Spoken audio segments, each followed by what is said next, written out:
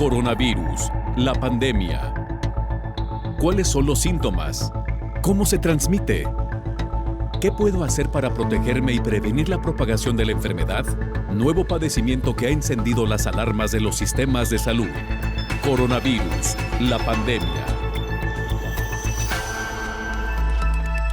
¿Qué tal? ¿Cómo le va? Bienvenido a este programa especial de Coronavirus, la pandemia. Le recordamos que este programa es una producción de la Universidad de Guadalajara que se transmite desde el foro de Canal 44, la señal de todos, y que llega a México y América Latina gracias a la señal de las televisoras públicas que se suman a esta emisión. Hoy dedicaremos nuestro programa a hablar de un tema que nos había quedado pendiente, que lo habíamos dejado en el tintero y que ustedes nos lo habían pedido también a través de sus comentarios en nuestras cuentas de Twitter y Facebook. Nos referimos a la menopausia, el climaterio en tiempos de COVID-19. Las mujeres posmenopáusicas están más expuestas al virus del SARS-CoV-2. Hoy le contaremos por qué. Los tratamientos hormonales con estrógeno aumentan el riesgo de desarrollar enfermedad tromboembólica y COVID grave. También hoy nuestro experto nos detallará la información. En Reino Unido continúa en aumento el caso de los casos con la variante Delta de COVID-19. En la última semana hubo un incremento del 46% respecto a la semana anterior. Advierten de posible aumento de casos de COVID-19 en verano. Por lo pronto, Portugal, España y Alemania han emitido nuevas restricciones de viaje en un intento de limitar la propagación de la variante más contagiosa que hasta ahora conocemos, la variante Delta. Vamos con nuestra compañera Isaura López Villalobos para que nos ponga en contexto. La salud de las mujeres está asociada a diversos factores, pero en particular, quienes entran a la quinta década de la vida, hay unos indicadores que comprometen más su bienestar y confort de vida: la menopausia y el climaterio. Las consecuencias después de la menopausia en su salud y su vida, como los llamados incendios, calores, bochornos, irritabilidad, insomnio, depresión, agotamiento e irregularidad menstrual, afecta también su salud mental. Se estima que 3 de cada 10 mujeres no presentan ninguno, por lo que hay que hacer un diagnóstico temprano para iniciar un tratamiento de restitución hormonal. En esta etapa de la vida es de suma importancia realizarse un chequeo médico general del corazón, del cerebro, de la piel, del tracto genitourinario y examen de mama. Para las y los especialistas es importante que al iniciar irregularidades acudir al médico para un diagnóstico y tratamiento oportuno. Con la pandemia COVID-19, la mujer climatérica, al igual que las demás, tienen el riesgo de enfermar. Sin embargo, cuando entran a la tercera edad de la vida, aumentan las complicaciones y consecuencias. Aunque algunos estudios y asociaciones de ginecología y obstetricia a nivel mundial mencionan que el exceso en los niveles de estrógenos podría dejar a las mujeres de más edad en una situación de mayor vulnerabilidad. La gravedad de la enfermedad y los síntomas de larga duración podrían ser más comunes en quienes se encuentran en la menopausia. Además, las mujeres que toman la píldora anticonceptiva oral combinada tienen un menor riesgo de infección por COVID-19, de acuerdo a varias investigaciones. Aunque los resultados sobre el trinomio menopausia, climaterio y COVID-19 son pocos, es fundamental realizar investigaciones clínicas y epidemiológicas con perspectiva de género para diagnosticar y tratar a tiempo a las mujeres. Informó Isaura López Villalobos. Saludamos en la línea a nuestro compañero Antonio Broto, corresponsal de la agencia EFE, para que nos presente el más reciente informe de la Organización Mundial de la Salud. Antonio, qué gusto escucharte. Adelante con el reporte. Hola, ¿qué tal? Buenos días, Belén, y buenos días a todo el auditorio del Canal 44. Momento complicado el actual en una pandemia que ha contagiado a más de 180 millones de personas y ha causado la muerte de casi 4 millones. Mientras en muchas regiones los casos se estabilizan tras semanas de continuo descenso, en otros países y zonas siguen en aumento. ya no solo en África, sino también en lugares tan alejados unos de otros como Rusia, Colombia o Reino Unido. La emergencia de la variante Delta y la lenta vacunación en muchos países son dos de los factores que explican este desigual devenir de la pandemia, en un momento en el que muchos países, con la llegada de las vacaciones estivales en el hemisferio norte, están ahora preocupados por la llegada de turistas con el fin de poder salvar la temporada. Cada país está ahora inmerso en debates sobre qué viajeros admitir, de qué países, con qué certificados sanitarios y habiendo recibido qué vacunas. A este respecto, la Organización Mundial de la Salud ha pedido hoy que cualquier vacuna anti-COVID incluida en su lista de emergencia pueda servirle a un viajero para ser reconocido como completamente inmunizado a la hora de entrar en cualquier país. En un comunicado junto a otras agencias con las que desarrolla el programa de distribución de vacunas COVAX, la OMS urge a todos los gobiernos regionales, nacionales y locales que reconozcan como totalmente vacunados a quienes hayan recibido vacunas que la OMS haya considerado seguras. La lista de emergencia aprobada por la OMS incluye las vacunas de Pfizer-BioNTech, Moderna, AstraZeneca, Janssen, Sinovac y Sinopharm. Pero, por ejemplo, las dos últimas, desarrolladas en China y ampliamente distribuidas en regiones en desarrollo como África o Latinoamérica, no están aprobadas por los reguladores europeo o estadounidense.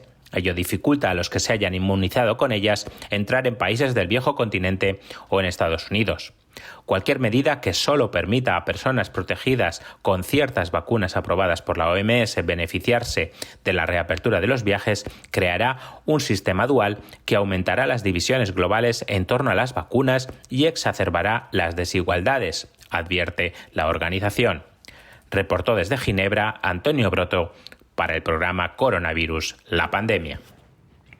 Qué interesante este debate al seno de la Organización Mundial de la Salud. ¿Cuáles vacunas deberían de ser consideradas como válidas para ingresar a determinados territorios y cuáles no? Dice la Organización Mundial de la Salud que aquellas que han sido avaladas por este organismo. Sin embargo, hay que decir que hay otras que han sido aprobadas por las agencias regulatorias de los diferentes países, pero que aún no son reconocidas por la OMS. En fin, un debate interesante que seguramente llevará mucho más tiempo.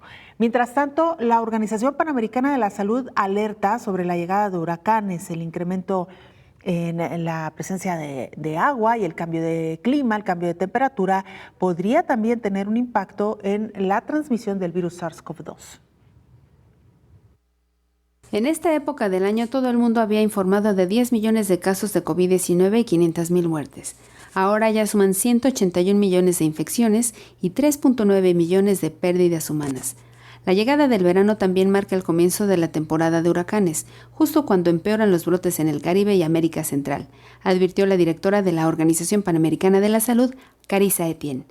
En los últimos 5 años, América ha sido testigo de más de 550 fenómenos meteorológicos extremos que han impactado a más de 190 millones de personas, y el potencial de devastación es aún mayor en el contexto de una pandemia.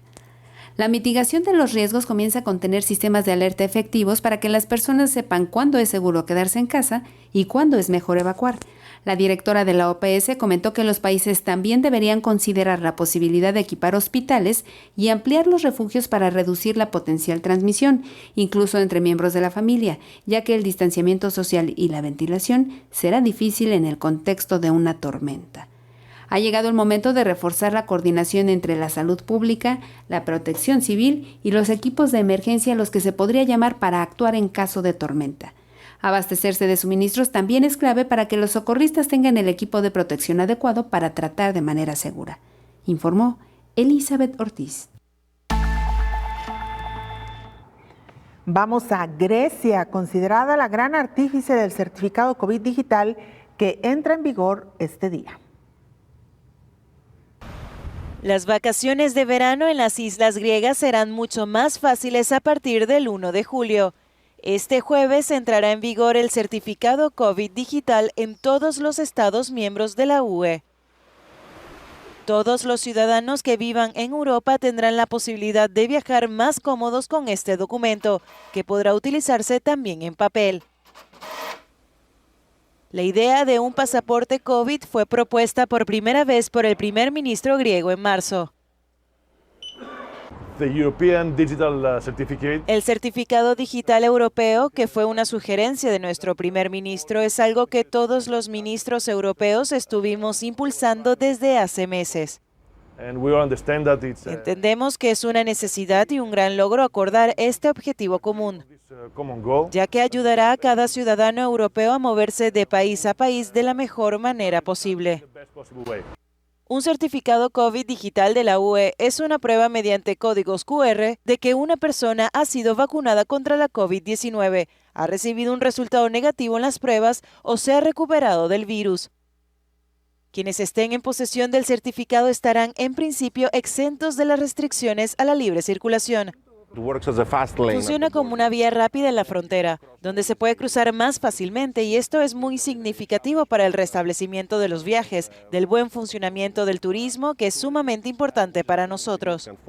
El ministro griego de Gobernanza Digital dijo a Euronews que este tipo de certificado podría implementarse en otros sectores de la vida de la Unión Europea.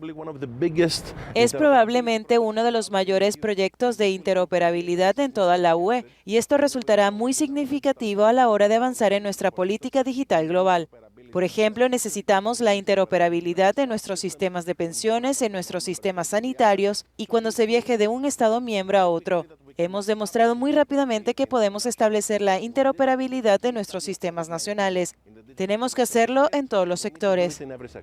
Pero las principales aerolíneas europeas han expresado su preocupación por las largas colas que se producirán en los próximos días, ya que será necesario realizar controles adicionales cuando viajen los ciudadanos europeos.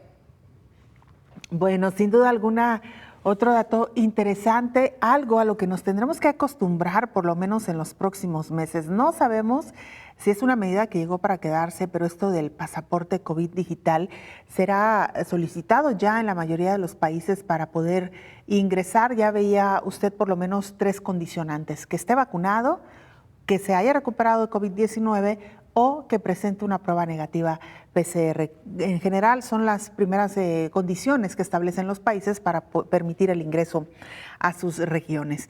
Mientras tanto, la variante Delta amenaza la temporada turística en Europa.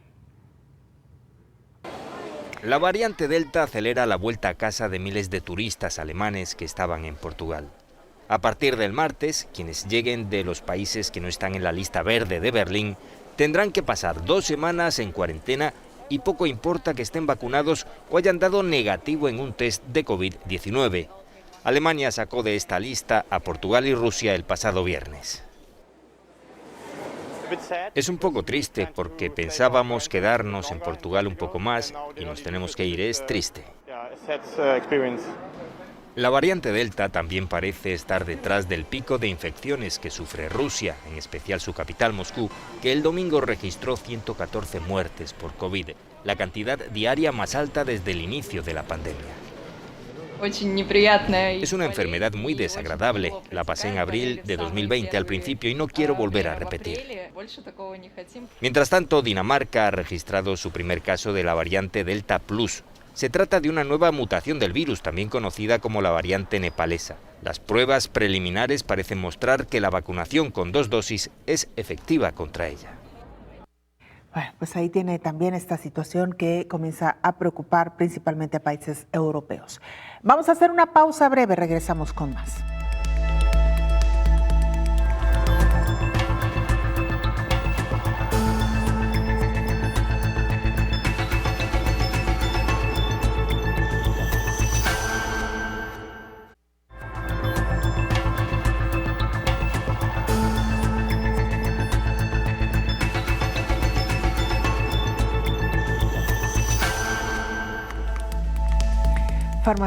Farmacéuticas defienden que la vacuna COVID-19 protege contra la mayoría de las variantes del virus SARS-CoV-2. Ya comienzan a levantar la voz los laboratorios para defender y asegurar que sus vacunas contra la COVID sí protegen contra la nueva variante Delta, altamente contagiosa y peligrosa, según la Organización Mundial de la Salud. La farmacéutica Moderna anunció que su vacuna produce anticuerpos protectores contra la variante Delta, que se está convirtiendo en la cepa dominante en Francia, Alemania, Sudáfrica y otras naciones.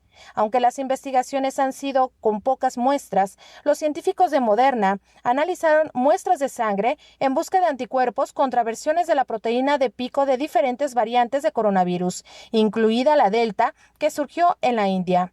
El laboratorio explicó en un comunicado que el biológico produjo títulos neutralizantes contra todas las variantes probadas, incluidas versiones adicionales de la variante Beta, 3 variantes del linaje de B1617, incluidas las variantes Kappa y Delta, la variante Eta y las variantes A23.1 y ABOI-B2, identificadas por primera vez en Uganda y Angola, respectivamente. Cabe recordar que el pasado 18 de diciembre, la FDA autorizó el uso de emergencia de la vacuna Moderna COVID-19 en personas mayores de 18 años en Estados Unidos y también ha recibido la autorización para su uso en más de 50 países. En su comunicado, también informó que ya solicitó autorización de emergencia para el uso de su vacuna COVID en adolescentes ante agencias de salud en la Unión Europea, Canadá, Estados Unidos, Suiza y Japón, informó Rocío López Fonseca. En estos esfuerzos por detectar de manera temprana el virus del SARS-CoV-2, acaban de crear una mascarilla que detecta precisamente a través de la saliva y de las exhalaciones que uno deja en la mascarilla el virus del SARS-CoV-2, pero también el del ébola y Zika. Los ingenieros del MIT y la Universidad de Harvard diseñaron una mascarilla facial novedosa que puede diagnosticar al usuario con COVID-19 en aproximadamente 90 minutos. Las mascarillas cuentan con pequeños sensores desechables que se pueden colocar en otras y también se pueden adaptar para detectar otros virus. Los sensores se basan en maquinaria celular liofilizada que el equipo de investigación ha desarrollado previamente para su uso en el diagnóstico de virus como el ébola y el Zika. En un nuevo estudio, los investigadores demostraron que los sensores podrían incorporarse no solo en mascarillas, sino también en prendas como batas de laboratorio, lo que podría ofrecer una nueva forma de monitorear la exposición de los trabajadores de la salud a una variedad de patógenos u otras amenazas. Los sensores de la mascarilla facial están diseñados para que el usuario los pueda activar cuando esté listo para realizar la prueba, y los resultados se muestran en el interior de la mascarilla para privacidad de este usuario, informó Elizabeth Ortiz. ¿Qué le parece este invento de los ingenieros del MIT? Sin duda alguna, pues una opción más, una herramienta más para poder detectar de manera temprana el virus SARS-CoV-2, pero como ya escuchó también, otros virus como el ébola y Zika. Los restauranteros en Moscú denuncian pérdidas de más del 80%. Indignación en los restaurantes de Moscú. Los propietarios aseguran que han perdido más del 80% de facturación por las nuevas medidas del gobierno contra la COVID, que solo autorizan a clientes vacunados que hayan pasado la enfermedad en los últimos 6 meses o que tengan una PCR negativa. El país ha alcanzado un nuevo récord de muertes diarias, 652. Bueno, tremenda esta situación sin duda alguna. Y mira, el tema que hoy le proponemos, uno de los temas que le proponemos para ampliar información, tiene que ver con la menopausia, hoy también llamado climaterio. Esto en las mujeres, COVID-19 daña o causa más impacto en aquellas mujeres que están transitando por la menopausia. Francia pone fin a la mayoría de restricciones de aforo que se impusieron en abril a restaurantes, cines, tiendas y otros lugares públicos. La vida vuelve a la normalidad para el deleite de los turistas estadounidenses, que poco a poco vuelven a viajar a París. Es increíble, queríamos volver desde el año pasado, pero como las fronteras estaban cerradas, había que tener cuidado y no pudimos venir a Francia, así que estamos muy felices de estar aquí, pues ya echábamos de menos la oferta cultural.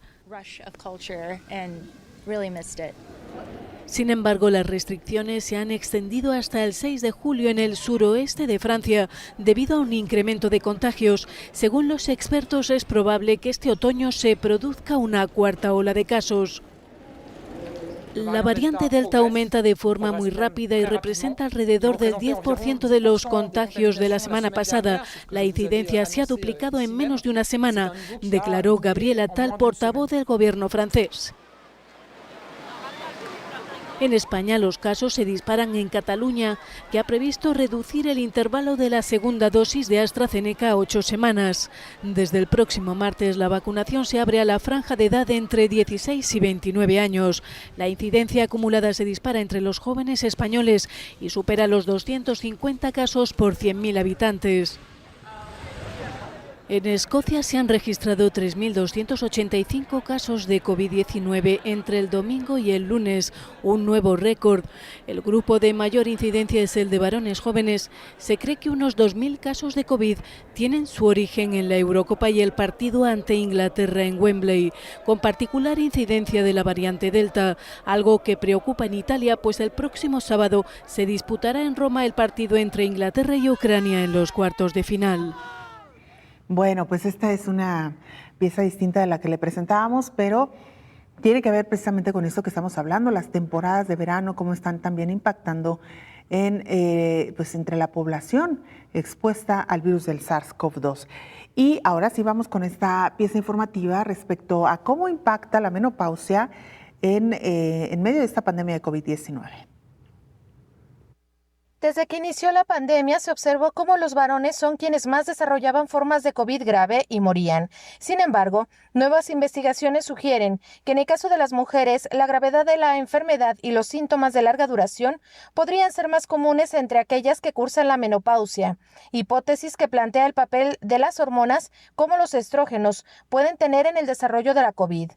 En una investigación en Reino Unido, se encontró que las mujeres postmenopáusicas presentan un mayor riesgo de infectarse con el nuevo coronavirus que las mujeres que aún no habían alcanzado la menopausia.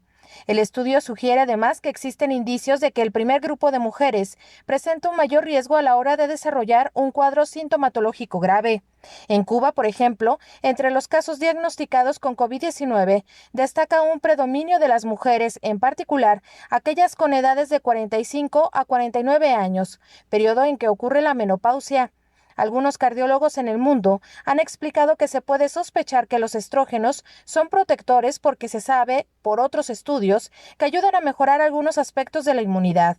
Los estrógenos ayudan a mantener el funcionamiento óptimo de los pulmones y del sistema cardiovascular. Sin embargo, aún falta mucho por conocer a 1 año y medio de la llegada del SARS-CoV-2 al mundo y de sus complicaciones y secuelas a largo plazo, informó Rocío López Fonseca.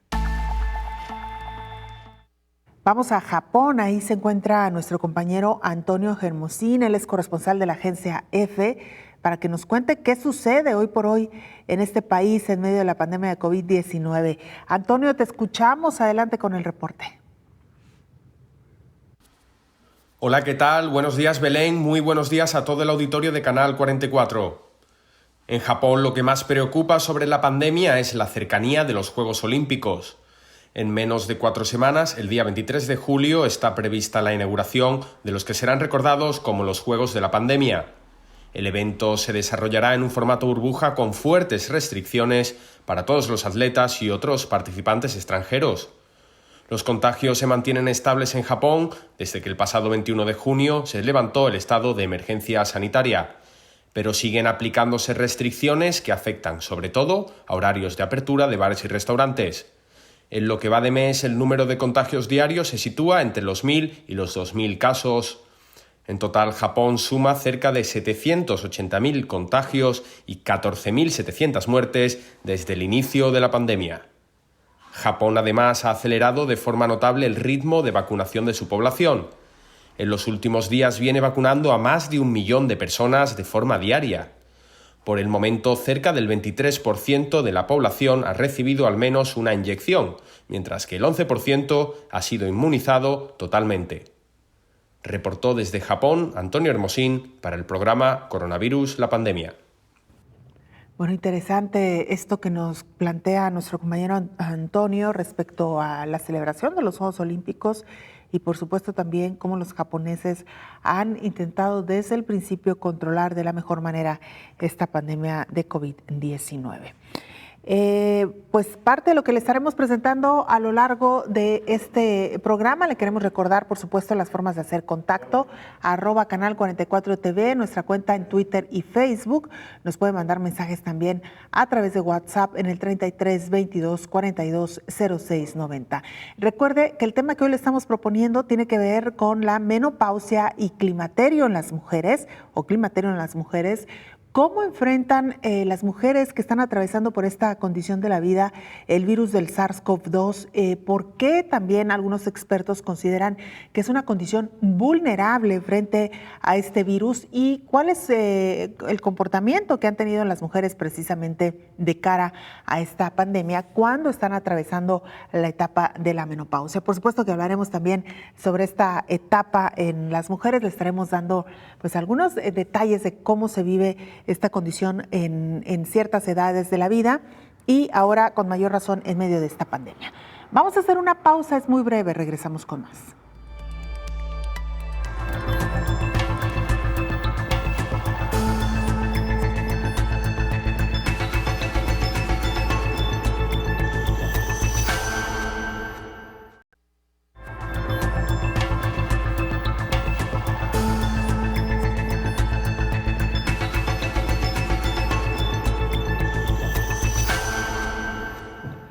Aunque México había entrado ya en una especie de meseta respecto a los casos de COVID-19 en este país, en las últimas semanas se ha notado un ligero incremento en el número de casos. Reportó 249 nuevas muertes por COVID-19 en las últimas 24 horas para un total de 233,047 decesos, de acuerdo a lo que informó ayer la Secretaría de Salud, que también indicó que el país llegó a las 45 millones de vacunas para inmunizar a su población. Estas vacunas ya fueron aplicadas, 45 millones. En el informe técnico diario se registraron también 6,105 nuevos contagios que elevan a 2,519,000 los casos confirmados. El reporte de este martes indicó que desde el comienzo de la emergencia, México ha estudiado a 7.5 millones de pacientes. Además, las autoridades sanitarias estiman que el número real de contagios es de 2,705,000. De estas cifras estarían activas 38,179 personas que han presentado síntomas durante los últimos 14 días y que representa poco más del 1% del total. También se reportó que poco más de 2 millones de personas se consideran ya recuperadas después de haber padecido la enfermedad. La ocupación media de camas generales en los hospitales mexicanos es de 19 y del 15% para camas de terapia intensiva. La ocupación hospitalaria ha disminuido un 85% respecto al pico máximo alcanzado en enero, cuando se saturaron los hospitales de varias ciudades, entre ellas la capital. Con respecto a las defunciones, Ciudad de México, el foco de la pandemia, acumula 19.1% de todos los decesos a nivel nacional, es decir, casi 1 de cada 5 muertes. Respecto al plan de vacunación, el informe indicó que hasta ahora se han administrado 45 millones de dosis, al sumar 709,000 en la jornada del martes. Además, indicó que 19.35 millones de personas han recibido las dosis necesarias para completar el esquema de vacunación. El programa de vacunación contempla por ahora a los mayores de 40 años, mujeres embarazadas, personal médico y educativo, a la población mayor de 18 años de los estados fronterizos. Por cierto, este miércoles llegaron a México 1 millón de dosis de las vacunas Sinovac o Sinovac, de Pfizer 350,000, de Sinovac 585,000 y también una dotación adicional de la vacuna rusa Sputnik V. Así que parte de la información que hoy le podemos presentar. Saludamos en esta mesa de trabajo al infectólogo Héctor Raúl Pérez Gómez. Doctor, bienvenido, ¿cómo está? Buen día, Belén, qué gusto saludarte. Muy bien, muchas gracias. Igualmente, doctor, gracias por acompañarnos. Le debíamos al auditorio un tema que nos había quedado por ahí en el tintero, doctor, y que vale la pena retomar. Tiene que ver con la condición de las mujeres cuando llegan a cierta edad, lo que se le conoce como el climaterio o la menopausia. Si le parece, vamos empezando por la descripción de esta condición, doctor, y luego veremos por qué esto las hace más vulnerables frente a una pandemia como la de COVID-19. Con todo gusto, Belén. Mira, vamos diferenciando entre los dos términos. Menopausia, estrictamente hablando, es el momento en que las mujeres dejan de tener menstruaciones. Eso es menopausia. Y climaterio se refiere a una etapa en que las mujeres empiezan a tener sintomatología de diversa naturaleza que está relacionada ya con una progresiva disminución en la producción y la actividad de las hormonas sexuales femeninas. Las hormonas sexuales femeninas, particularmente los estrógenos, la hormona folículo estimulante, la hormona luteinizante y también participa, aunque en mucho menor proporción, tanto la hormona prolactina como la hormona testosterona, en mucho menor proporción. Pero digamos que primordialmente estrógenos y hormona estimulante de los folículos, ¿no? Los síntomas que van presentando las mujeres a lo largo de ese periodo conocido como climaterio, bueno, sí incluyen, por supuesto, un cambio en la frecuencia, cantidad de la menstruación, modificación de sus ciclos menstruales. Frecuentemente empiezan a identificar que se generan periodos más prolongados entre una y otra menstruación, pero también sensación de menos energía, de algunos cambios en el estado de ánimo, frecuentemente trastornos del sueño y también comúnmente algunos cambios en la composición corporal. Por ejemplo, para el tener un buen estado muscular, en el caso particular de las mujeres, la actividad de las hormonas sexuales femeninas es importante. Entonces pueden empezar a tener también pérdida de la masa muscular, entre otras manifestaciones. Es muy importante que las mujeres, de manera oportuna, cuando empiezan a identificar estos cambios, estén de cerca con su ginecólogo para que se puedan contrarrestar estas manifestaciones a través de diversos mecanismos, tanto farmacológicos como nutricionales, como de actividad física, recomendaciones generales para incluir estilos de vida saludables, pero también para que aquellas mujeres que requieren terapia sustitutiva, hormonal, la reciban de manera oportuna. Entonces, en el caso particular del tema de la inmunidad durante el climaterio, se ha estimado que puede disminuir la inmunidad tanto de tipo humoral como la inmunidad de tipo celular. Puede modificarse y entonces durante este periodo, que ocurre frecuentemente en el rango de edad entre los 45 y los 55 años de edad, se pueden encontrar algunos cambios inmunológicos que podrían eventualmente generar mayor susceptibilidad a algunas enfermedades infecciosas. No hay certidumbre total respecto de si esto está relacionado con la modificación o disminución en la producción hormonal de estrógenos, o si está más relacionado con la propia edad, aunque claro que a los 45, 55 años de edad se es joven, de cualquier manera nuestra inmunidad se va modificando conforme pasan los años, insisto, aunque a los 45 se siga siendo joven, muy joven. Entonces, y más en estos tiempos, doctor. Y más en estos tiempos, claro, porque recordemos que la expectativa de vida en la actualidad, por ejemplo, en México está por el orden de los 74 años para los hombres y 76 años para las mujeres en promedio. Entonces, cada vez la expectativa de vida se incrementa más y cada vez también la calidad de vida asociada a la expectativa mejora, porque es evidente que los avances científicos en lo relativo a los cuidados gerontológicos, en lo que se conoce como el envejecimiento saludable, van siendo de mayor impacto, ¿no?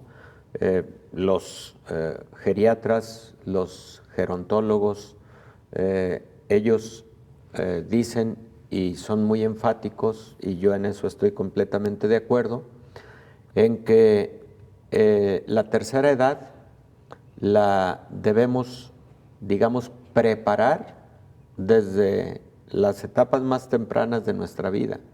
Nos debemos ir preparando para tener una vejez en condiciones saludables, en condiciones de una vejez activa, productiva, etcétera, y eso no hay que empezar a prepararlo cuando se llega a los 60 años, ¿verdad? Hay que prepararlo desde siempre.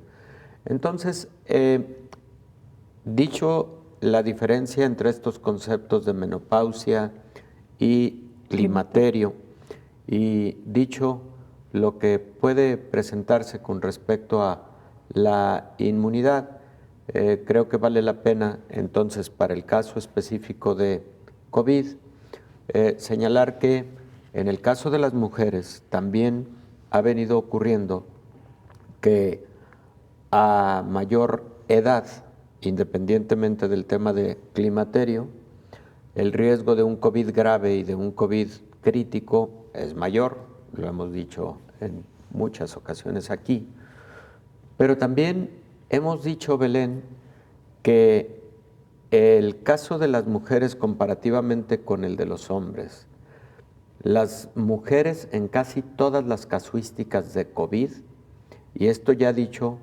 con millones de personas estudiadas en el mundo, las mujeres tienen COVID menos grave. Para empezar, tienen menor prevalencia o incidencia de COVID.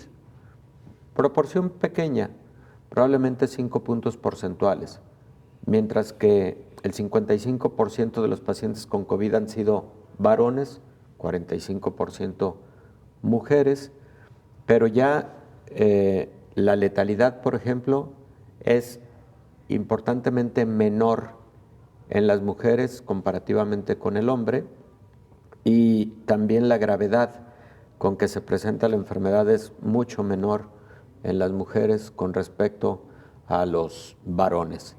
Que si esto tiene una relación con el estatus hormonal, no podemos contestarlo con certidumbre, de forma muy contundente, pero lo que sí hemos advertido es que las mujeres, aún en presencia de enfermedades crónicas concomitantes asociadas, diabetes, hipertensión, enfermedad cardiovascular, etcétera, estas mujeres habitualmente tienen mejor control que los hombres. En general, hay múltiples estudios que demuestran mayor apego terapéutico, mayor seguimiento, mayor detección oportuna en el caso de las mujeres con respecto a los hombres. En el caso de los hombres hay que trabajar un poquito más eso.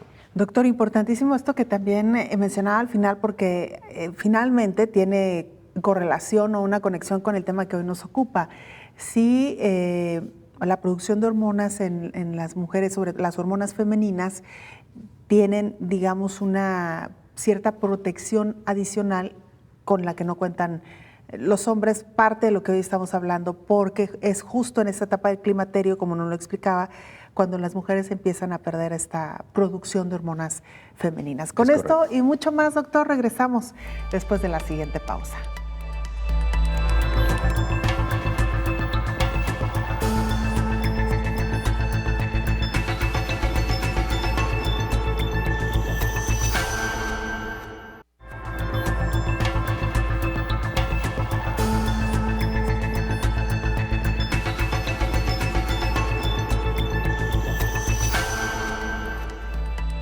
Las mujeres con terapia hormonal tienen más riesgo de padecer trombos. En un documento realizado por la Asociación Española para el Estudio de la Menopausia, la Sociedad Española de Ginecología y Obstetricia y la Sociedad Española de Trombosis y Hemostasia, explicaron cómo las mujeres que utilizan terapia hormonal de reemplazo por padecer alguna alteración hormonal, como la menopausia, corren mayor riesgo de presentar algún trombo. La infección por coronavirus puede llegar a producir coagulopatías, incluso coagulación intravascular diseminada, y condicionar fenómenos trombóticos en diversas partes del cuerpo. La presencia de coagulopatías en las pacientes hace necesario plantear estrategias antitrombóticas usando heparinas de bajo peso molecular a dosis profilácticas o de tratamiento según el caso y según los factores de riesgo que estén presentes. Por ello, es necesario identificar correctamente los factores de riesgo y seleccionar de forma adecuada la terapia antitrombótica para mejorar el pronóstico y reducir la morbilidad y mortalidad en este grupo de mujeres relacionada con la COVID-19. Los tratamientos hormonales con estrógenos suponen un incremento en el riesgo de enfermedad tromboembólica y de desarrollar la COVID grave, por lo que las sociedades médicas descritas anteriormente realizaron un documento de consulta para los hospitales para ayudar en el manejo terapéutico de aquellas mujeres perimenopáusicas y postmenopáusicas que estén en tratamiento con terapia o anticoncepción hormonales combinada y que padezcan también de COVID, informó Rocío López Fonseca. ¿Qué papel juegan las hormonas en medio de esta pandemia o estos padecimientos como COVID-19? Nuestra compañera Elizabeth Ortiz nos lo explica. Aunque las hormonas parecen ser la ventaja que tienen las mujeres para enfrentar a la COVID, no todas parecen estar igualmente protegidas. 2 estudiantes de la Facultad de Medicina Herbert Wertheim, Chitra Kolturu y Alison Roach, analizaron datos mundiales en busca de respuestas. Revisaron más de 100 estudios y la base de datos de Global Health, la fuente pública más grande del mundo de datos desglosados por sexo sobre COVID-19, de acuerdo con un análisis de la Universidad Internacional de Florida. La autora principal, Caroline Runowicz, profesora de obstetricia y ginecología, señaló que las mujeres que acababan de dar a luz, las mujeres menopáusicas y posiblemente aquellas con síndrome de ovario poliquístico parecen ser más vulnerables a la infección con el nuevo coronavirus. Las hormonas sexuales también juegan un papel esencial en la respuesta inmunológica. Parece que el estrógeno y posiblemente la progesterona pueden tener un efecto protector en las mujeres, que se pierde justo en la menopausia, dijo la autora principal. Durante la menopausia, los niveles de estrógeno y progesterona de una mujer disminuyen. Las estudiantes encontraron que para las mujeres hay un aumento inicial en la letalidad asociada a COVID-19 que comienza en la edad de 50 años, lo cual coincide notablemente con la edad de la menopausia y una disminución en los niveles hormonales. Algunos de los casos más graves en mujeres ocurrieron después del parto, según el estudio. Las mujeres embarazadas tienen altos niveles de estrógeno y progesterona, pero la progesterona disminuye casi inmediatamente después del parto, informó Elizabeth Ortiz. Doctor, estas 2 piezas que nos presentaban nuestras compañeras, sin duda alguna, reflejan mucho de esto que nos comentaba usted al final. ¿Hasta dónde las hormonas están representando un papel importante en personas, en mujeres que están padeciendo la enfermedad? Pero esto que nos contaba nuestra compañera Rocío López Fonseca sobre las terapias hormonales, ¿qué efectos colaterales pueden tener, doctor? Sí, fíjate que es una muy buena nota informativa, ambas notas. La que se refiere a la generación de trombos en mujeres que reciben terapia hormonal sustitutiva es importante porque este fenómeno lo conocemos desde hace décadas.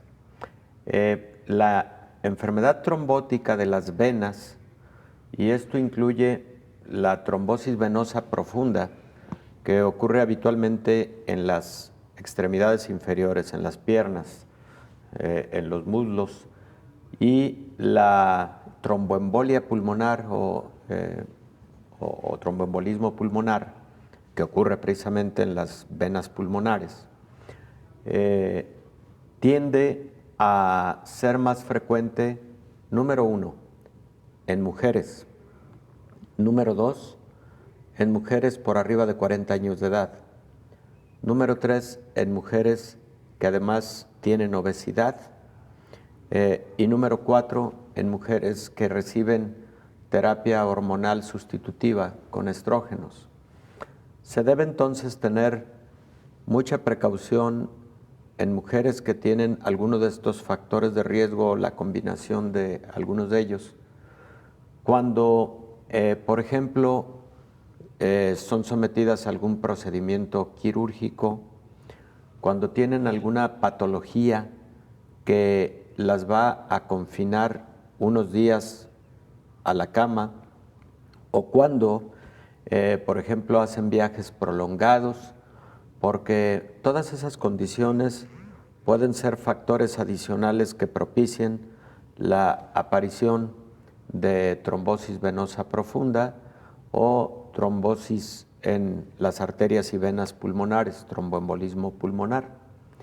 Entonces, recordemos que en COVID-19, uno de los trastornos patológicos fundamentales que llevan a la gravedad a estos pacientes es la generación de estos microtrombos o microcoágulos a partir de una respuesta inflamatoria que, digamos, se instala en el interior de los vasos sanguíneos.